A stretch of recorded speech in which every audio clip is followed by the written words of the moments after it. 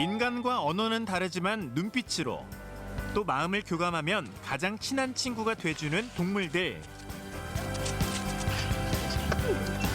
뛰어난 감각으로 위기 속에서 사람을 구해주는 인명구조견.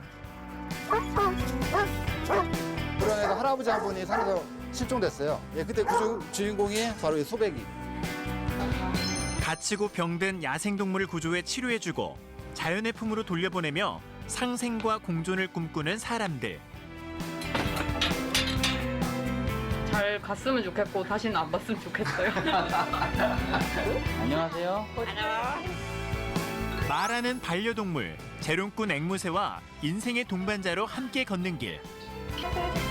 아이고 선생님 잘했어요. 지가 뭐가 불만이 배고프다 하면 소리 질러요. 그냥.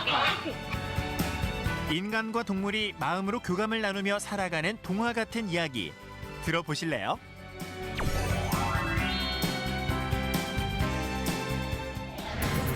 국가의 대형 재난이 발생했을 때 중앙정부 차원의 긴급 구조 대응을 하는 곳으로 우리 국민들이 외국에서 사고를 당했을 때도 어김없이 현장에 대한민국 국제구조대를 파견하는 국가기관. 바로 이곳이 소방청 소속의 중앙119 구조본부인데요. 오늘도 무슨 일이 생긴 건가요? 안전장비 다 챙겨. 사실 수색 훈련을 위해 매몰 현장을 재현해낸 곳에 모인 사람들. 하지만 오늘의 주인공은 따로 있습니다. 핸들러 박혜영 경련 캐빈 수색 준비 끝. 어제 15명이 여기서 합숙을 하다가 4층 건물이 지진으로 해서 무너져 버렸습니다. 여자 1명과 남자 1명이 요 구조자가 지금 찾지를 못하고 있습니다. 수색하는데 위험 요소는 다 제거가 된 상태인가요? 네, 지금 현재 전기라든가 모든 게 차단된 상태고 이쪽 저 삼각형 쪽 인 라인에서 아주 미세한 사람의 소리가 약간 한 1시간 전에 들렸다고 합니다. 실제 상황을 방불케 하는 위기감이 감돌고 인명구조견입니다. 견과도 놀라지 마십시오. 드디어 현장에 투입된 인명구조견. 한참을 이리저리 살피는가 싶더니 한 곳에 멈춰섭니다. 괜찮으십니까? 네, 이름 김동환. 나이 21세, 혼자 이동이 가능하다고 합니다. 오케이. 후각과 청각 등 모든 감각을 총동원해 실종자를 찾아주는 인명구조견. 잠시 뒤 또 다른 움직임을 감지해냈는데요. 과연 이번에도 성공일까요?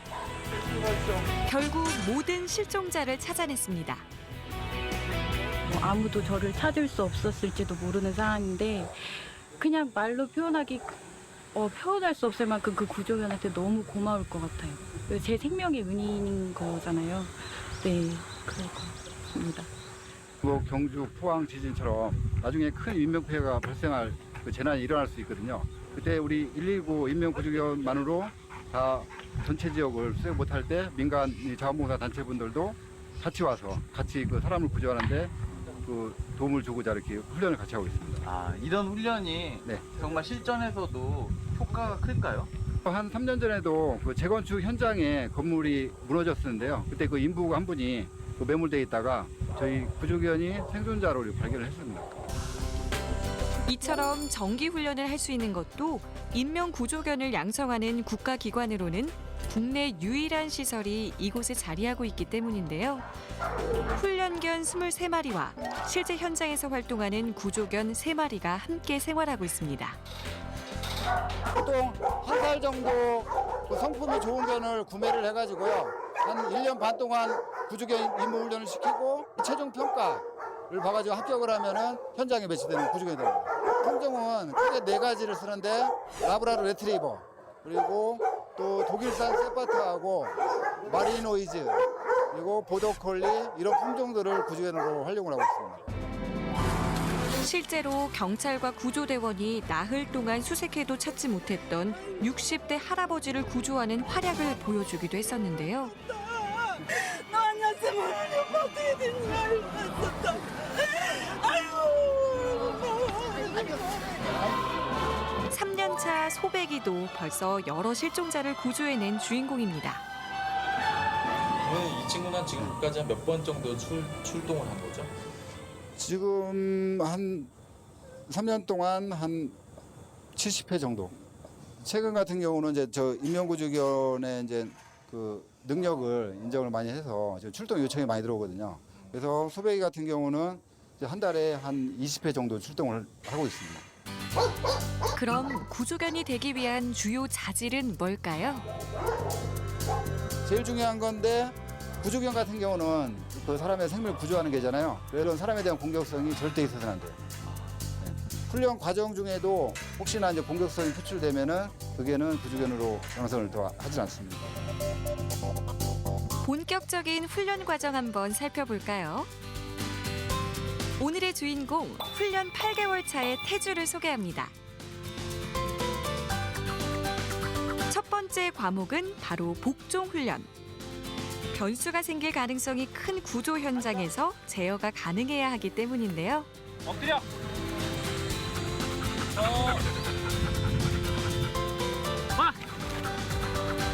다음은 장애물 훈련입니다. 집안이 약해진 붕괴 현장 등 다양한 환경에 미리 적응하기 위한 훈련인데요. 갖가지 장애물을 오르내리는 태주, 훈련사와의 호흡도 척척. 공을 좋아하는 개답게 보상도 공놀이로 대신합니다. 지금처럼 현장에서도 핸들러의 말을 잘 들어줘야 할 텐데요. 핸들러는 현장 활동을 하는 대원을 말하는데요. 1년에 한 번씩 신입 핸들러 입문 과정이라는 교육을 진행을 하고 있습니다. 핸들러 인증 평가를 통해서 충분히 그 구조견하고 그 대원하고 충분히 현장 활동하는데 문제가 없다 했을 때 이제 인증서가 나옵니다. 구조견과 1인 1조가 되어 움직이는 핸들러. 10개월 차 훈련견 티나와의 수색 훈련이 한창입니다. 상자 안에 뭐라도 있는 걸까요? 계속 지저대는 티나. 역시 사람이 있었군요. 배낭 훈련장 가면 은폐대 있잖아요. 네. 은폐대에 있는 그 방향을 보고 짚게끔 하고 또 그 지짐을 터지게 하는 그런 훈련이에요. 그렇다면 과연 익숙하지 않은 사람에게도 가능할까요?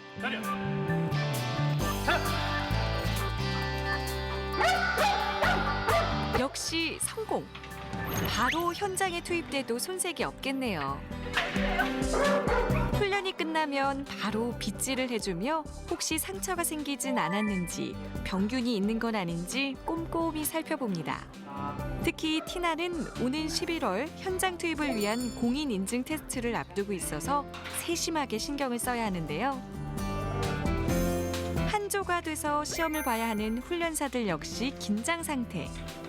인명 구조견 훈련사로 일하는 것도 쉽지만은 않습니다. 저희 같은 경우는 이제 전문 경력관이라고 해서 그 그러니까 일반 사회에서 자기 전문 직종으로 갖고 있는 사람들을 이제 여기에 그 채용이 되는 거죠. 예. 그래서 일반 소방관들하고는 좀 달라요.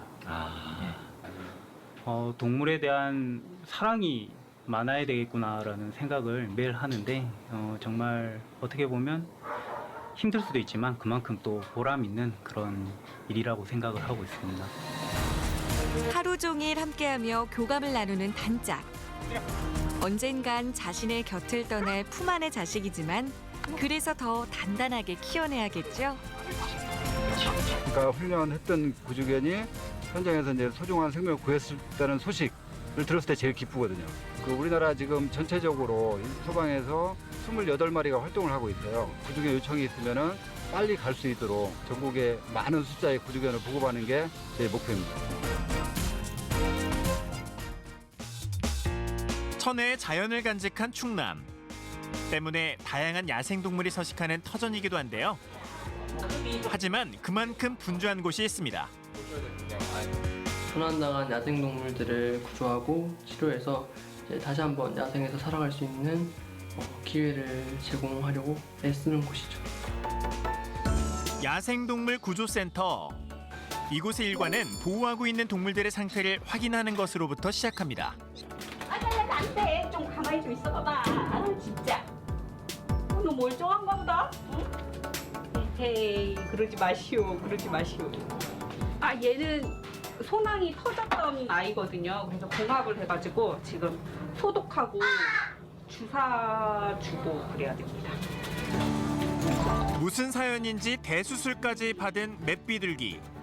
이렇게 바깥 세상에서 상처를 입고 발견된 동물들이 찾아오는 곳.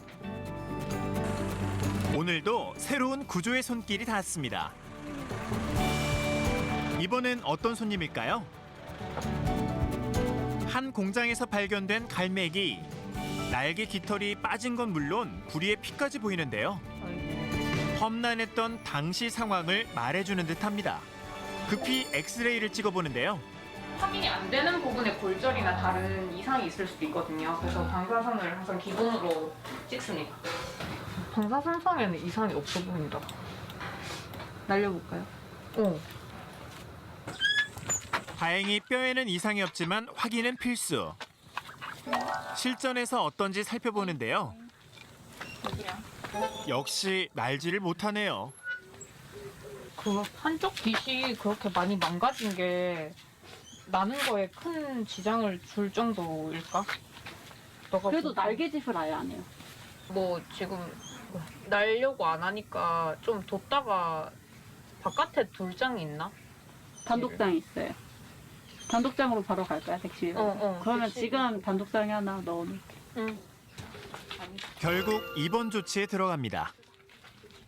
낚싯줄에 다리가 이렇게 감겨서 발견이 됐대요. 보통 이렇게 줄에 걸려서 얽혀서 들어오는 애들은 많이 버둥거리다가 좀 많이 탈진 기운도 좀 있고 그래서 지금 당장은 그래서 좀 안 날려고 하는 것 같고 좀 이건 시간이 좀 필요한 문제일 것 같아요. 2011년부터 충남 전역에서 약 8천 마리의 야생동물을 구조해 왔는데요. 특히 번식기인 여름에는 구조의 손길이 더 많이 필요합니다. 많게는 하루에 20마리 넘게 구조가 되는 경우도 있고요. 기본적으로 평균적으로 10마리 가까이는 매일매일 구조가 되고 있습니다. 포유류부터 조류까지 다양한 종이 모이다 보니 메추리와 물고기부터 곡식과 벌레까지 먹이로 나가는 종류와 양도 어마어마한데요. 새끼 개체가 있어요. 그래서 지금 붉은 배새매라는 친구랑 그리고 폴봉이라는 친구가 있어가지고 자기 스스로 먹는 게 아직 서툰 친구이다 보니까 저희가 직접 먹여줘야 돼서 좀 작게 해서 이 친구를 한 입 먹을 수 있게 지금 만들어요. 재료부터 먹이는 방법까지 동물의 종류와 상태에 따라 다른데요. 식사는 가장 기본적이면서도 중요한 일. 그나마 자원봉사자들의 도움을 받을 수 있어 다행입니다. 소대한애랑 매일 이렇게 아침마다 분유를 먹어요. 어린 개체들은 아침, 점심, 저녁으로 이렇게 3번 나눠서 하루에 3번 주고 있어요. 일단 빨리 커서 자연으로 돌아갔으면 좋겠다는 생각입니다. 새들도 한창 식사 시간인데요. 그런데 이 꾀꼬리는 왜 주사기를 사용하나요? 무슨 문제라도 있는 건가요? 애가 상태가 많이 안 좋아서 미럼이나 뭐 다른 벌레를 먹을 수 있는 상황이 아니어서 이유식이라고 이제 따로 처방된 약 같은 걸 먹입니다. 이유식 같은 개념이죠. 야생에 있는 어린 새를 실수로 데려온 사람들. 다리와 날개에 붕대를 감은 황조롱이 2마리 역시 비슷한 이유로 왔는데요. 이게 사람이 임의로 사육을 하는 개체예요. 야생동물을 키우게 되면은 이제 지금처럼 영양분 불균형이나 아니면 여러 가지 문제로 인해서 날개 깃이 손상된다거나 아니면 뼈가 굉장히 약해서 자기 체중을 못 버텨서 다리가 부러진다거나 안 좋은 증상이 많이 발견되는 편이고 사람의 단순한 호기심도 문제지만 조류 사고의 대부분을 일으키는 주요 원인은 따로 있는데요. 전 세계적으로 이제 야생 조류의 개체 수를 가장 위협하는 요인 중에 하나가 이제 유리창과 같은 인공 구조물이고요. 보통은 너무 투명하거나 혹은 이제 주변의 환경을 너무 훤히 이제 반사를 시킬 때, 새들이 그럴 때 이제 새들이 주로 충돌하고 있습니다.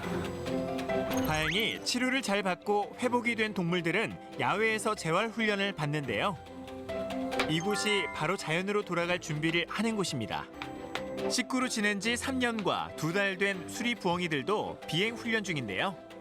야생에 나갔는데 빠르게 날지도 못하고 체력도 안 좋으면은 결국 먹이 활동 자체를 못하게 돼서 굶어 죽게 되는 경우도 있을 수 있고 그다음에 천적을 피하지 못해서 사냥을 당해서 죽는 경우도 있을 때 그런 것들을 방지하기 위해서 이런 훈련을 하게 됩니다.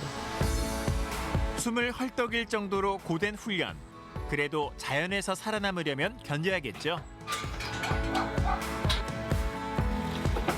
최종 관문까지 통과한 선배 너구리들은 오늘 본래 터전으로 돌아갑니다.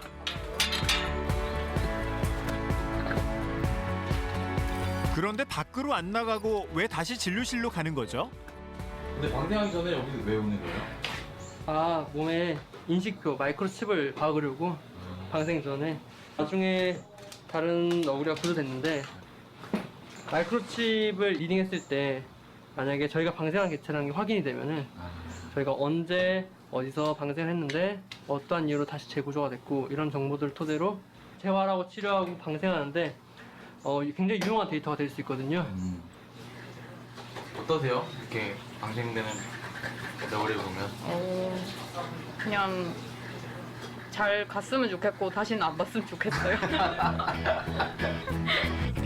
길게는 몇 년을 함께 해왔으니 서운한 마음은 당연하겠지만 이게 마지막이길 빌어야겠죠. 한참을 달려간 곳은 산속인데요.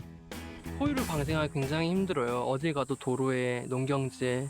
그래서 지금처럼 조금 깊은 산중에 방생을 해서 조금이나마 이제 다른 피해를 안 입기를 바라는 마음에서 이곳으로 선택하게 됐습니다. 다시는 사람에게 피해를 주지도 당하지도 않기를 바라는 마음에 더 높이 산을 오르는데요. 그리고 이제 자연의 품으로 돌아갈 시간입니다. 오랜만에 맡아보는 숲향기가 반가운 너구리들. 건강하게 잘 커가겠죠?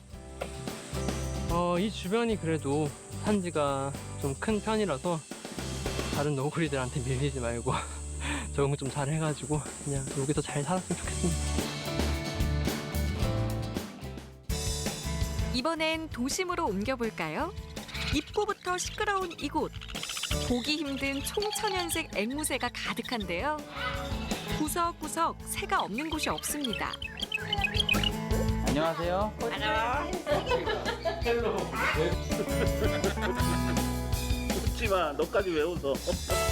인사로 맞아주는 앵무새까지 신기한 이곳의 정체는? 앵무새하고 교감을 할 수 있는, 그러니까 사람과 동물이 같이 교감할 수 있도록 도움을 주는 곳이죠. 그 주인과의 친밀도, 그다음에 신뢰도, 그다음에 교감. 그걸 이끌어내는 게 저희 목적이죠. 1인 가구의 증가로 국내에서도 1,000만 명이 넘는 사람들이 반려동물을 키우고 있는데요. 나만의 개성을 뽐내는 이색 반려동물 중에서도 앵무새는 교감을 나누기에 안성맞춤. 회색앵무는 말 그대로 언어의 마술사라고 세계적으로 보고된 바에 의하면 몇천 단어까지 외우거나 흉내를 낼 수 있는 종자라고 소개를 하고 있어요. 훈련만 잘하면 간단한 말을 주고받을 수 있다니 인간에게 이렇게 훌륭한 동반자가 또 있을까요? 여기 있는 큰 개 있죠? 네. 이런 것들은 약 80년 정도 됩니다. 80년이요? 거의 사람 수명을 따라가죠. 아, 그럼 제가 지금 키우면 저보다 더 오래 살겠네요? 아무래도 그렇게 되겠네요. 하우마.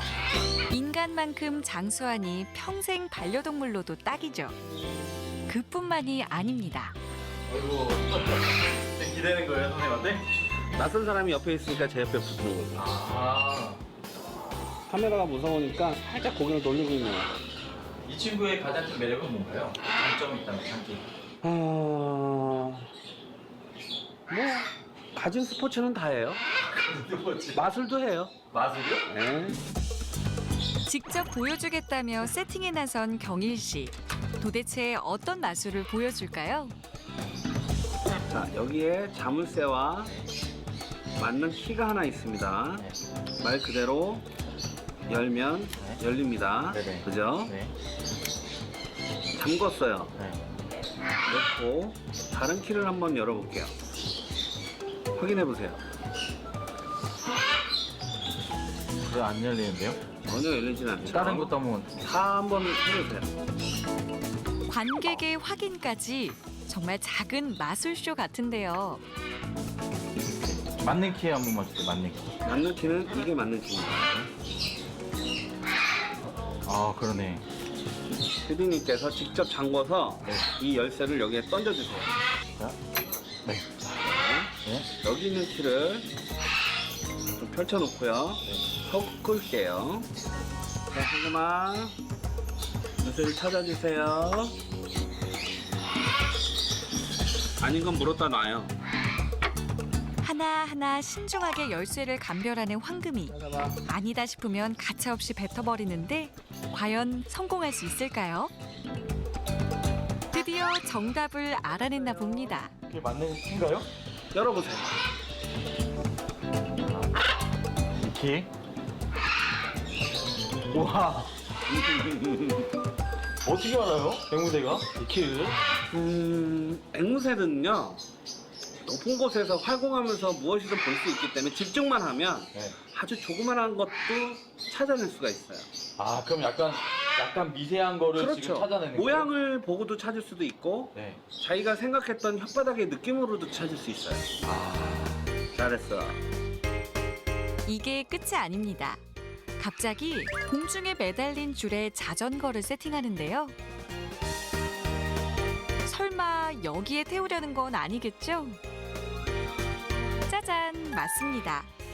자전거 타는 앵무새 황금이. 조금만 더.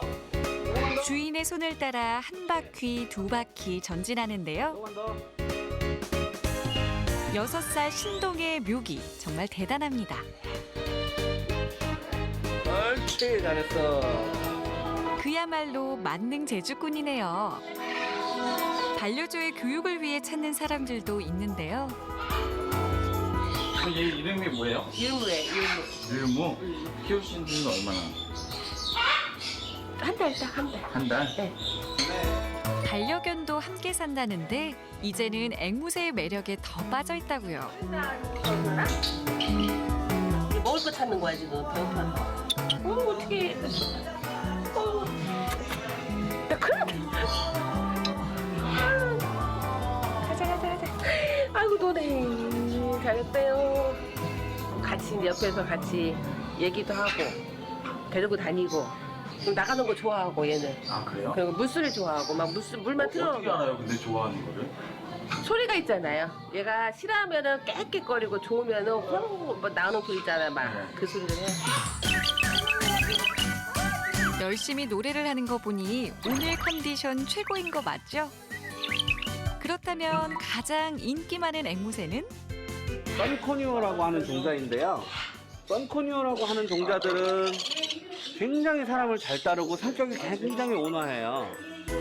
그런데 다 커서는 아무래도 낯을 가리겠죠. 그러니까 다 크기 전에 사람이 만져주고 밥을 줘서 사람하고 친밀도를 높여서 이제 혼자 사시는 분들, 뭐 노인분들, 친구를 만들어줄 수 있도록 저희가 분양을 하고 있는 거죠. 여기서 잠깐! 초보자들이 반려 앵무새를 선택할 때 주의해야 할 점은 뭔가요? 먹으려고 하는 의지가 필요해요. 배가 고프니까는 밥을 먹어야 되는 의지가 있어야지 밥을 거부를 하는 것들은 건강도가 떨어지는 거죠. 그럼 앵무새는 젖이 없어요. 어떻게 먹을까요? 혓바닥으로 밀어 넣어줘야지만 가능합니다. 그거를 판단하기 위해서는 어린 새들은 무조건 부리에 무엇이 닿든 간에 흔들 줄 알아야 돼요. 부리에 무엇이 닿으면 이렇게 흔듭니다. 이게 먹으려고 하는 의지예요. 이게 건강도라고 보면 돼요, 일종의. 하지만 건강한 앵무새를 분양받고도 서툰 방법으로 다가간다면 부리에 쪼이기만 할 뿐 새장에서 꺼내보지도 못할 텐데요. 충분히 교감을 나누고 천천히 훈련하면 동반자가 될 수 있습니다. 뒤로 떨어질 줄 말 때 살짝 밀어주는 척만 하고 기다리세요, 그냥. 떨어지지 않기 위해서는 이 친구는 올라올 수밖에 없습니다. 그렇죠? 어렸을 때부터 이런 조기 훈련을 해주시면은요, 몇 가지 아주 간단한 것만 알아도 친해질 수 있고 교감을 할 수 있는데 그걸 모르셔서 물고 깨물리고 결국엔 파양하고 주인과 앵무새 교감, 또 주인과 앵무새의 습성에 의해서 서로 친해질 수 있는 거, 뭐 그런 것들로 인해 가지고 뭐 앵무새에 대한 것들이 국내에서 많이 발전할 수 있는 거, 그것을 바라고 있습니다. 사람과의 교감을 통해 온기를 나누고 정을 나누는 동물들. 서로의 생명과 안전을 지켜주며 인생의 따뜻한 동반자가 되고 자연 그대로 두고 보며 공존하는 세상. 사람과 동물이 함께 걸어가는 그 길은 서로에게 가장 행복한 선물이 될 겁니다.